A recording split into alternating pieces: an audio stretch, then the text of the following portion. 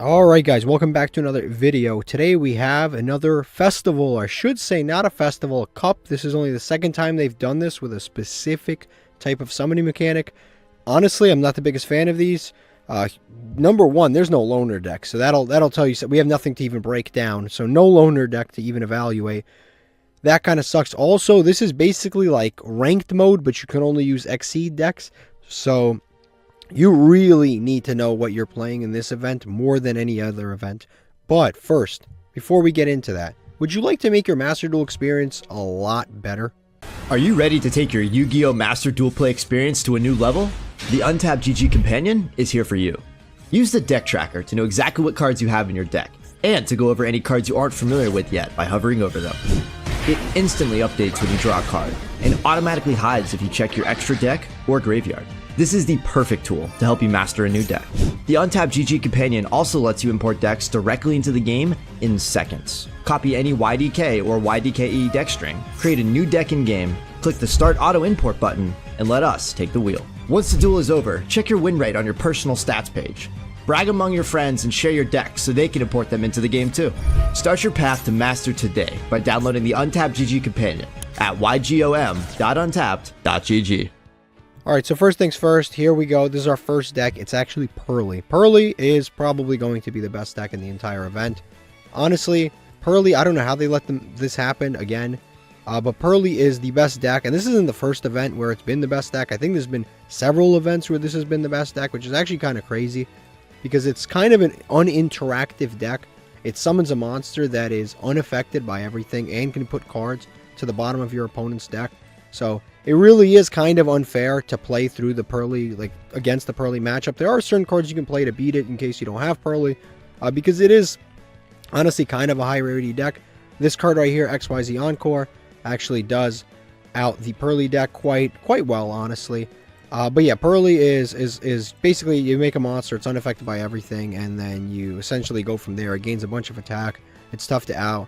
The way to beat this deck is Imperm is pretty good against it. Certain hand traps are pretty good against it. You have to get in early. You have to stop the little cats before they climb into the big cats, and then once they're the big cats, then you have to use like a Kaiju or Encore, something like that.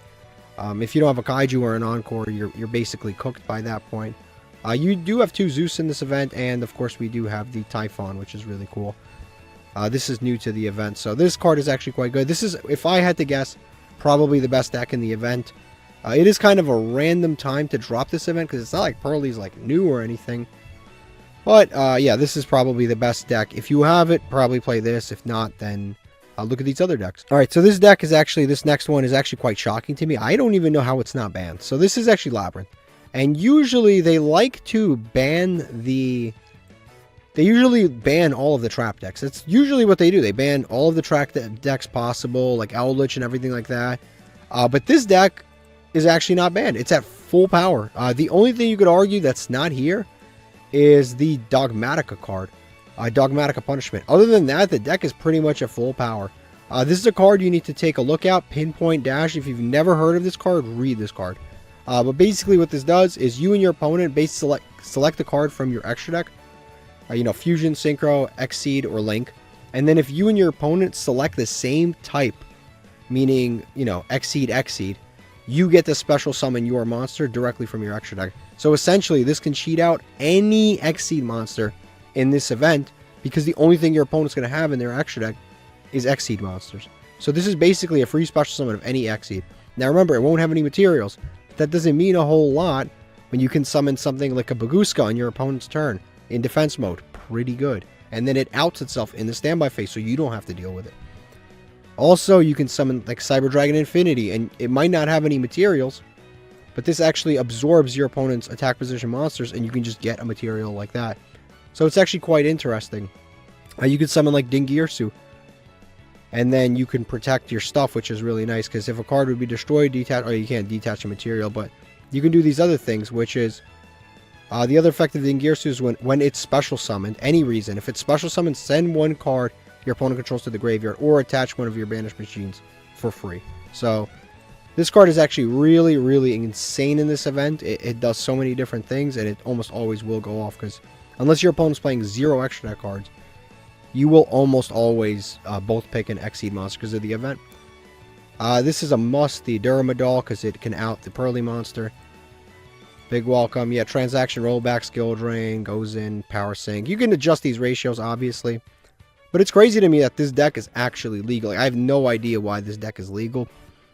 It usually, like I said, they usually will ban every single trap option from being playable in these events. But this time around, they're just like, yeah, go ahead, play Labyrinth, have fun.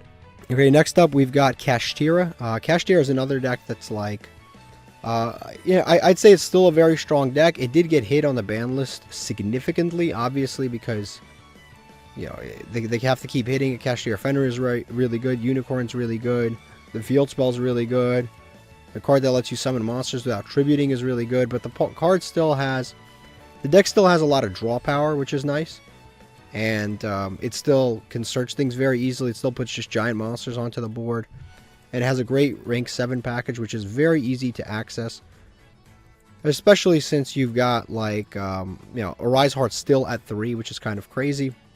You can get it to Arise Heart, and it's obviously a floodgate on legs that can banish cards, and other cards can protect it. So it's still a very, very, very strong deck. Okay, next up we've got Exosister. Exosister is another deck that just is still really, really good in this event. If you summon a monster from the graveyard or touch your graveyard in any way, Exosisters will trigger, and they do have Marthas, so they can trigger themselves. But this deck basically is one of those decks where if you go first, usually you will win the duel. Like, usually you will win the duel because you'll set up enough where you can, like, banish 4 of your opponent's cards per turn. Every single turn, you just banish 4, go back to your turn, banish 4.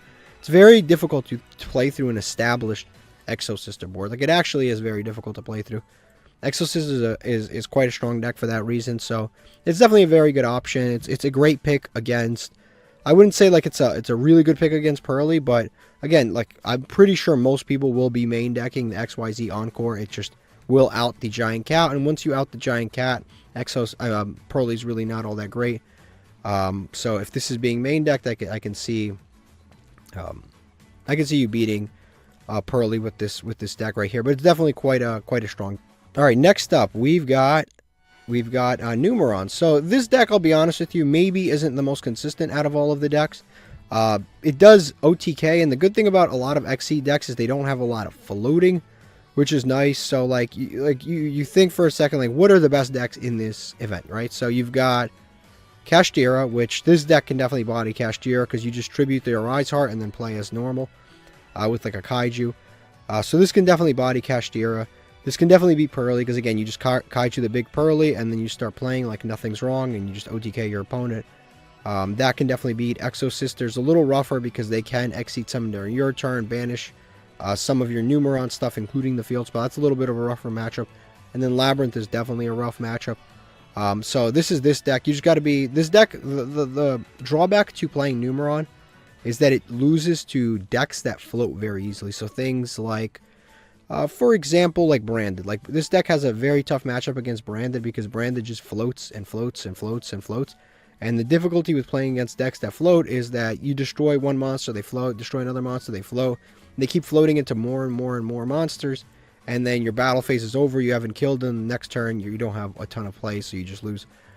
So that's always been kind of like the weakness with this deck. Also, some of the links aren't available, like Avermax and stuff like that.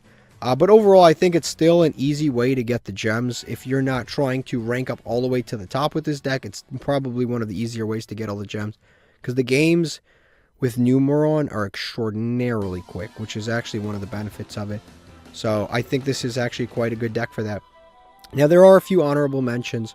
So, for example, you've got Zodiac's, definitely an honorable mention. It's a good deck. It's a little bit tougher to play. Because, again, it just can be a little tough to out the Pearly stuff with Zodiacs. I mean, I guess you can like main deck Kaijus and stuff like that and kind of play it like a 2017 Zodiac deck. Then you now have 2 Zeuses, which is really nice. So you could just, you know, go your full Zodiac stuff, make a 6 material Zeus, and then you can make it a 6 material Zeus later. That's definitely an honorable mention. Another honorable mention would probably be Suships. Suships have been relevant at every single event. Almost every event. Like, it doesn't matter what event they drop, Suships are somehow relevant. That's definitely an honorable mention. And then, for some reason, I think Libromancers is at full power, but it's a very high rarity deck. So if you don't have it, you probably shouldn't craft it. And I don't know if they even have a pack, so you'd have to like actually craft it. But yeah, that deck is iffy.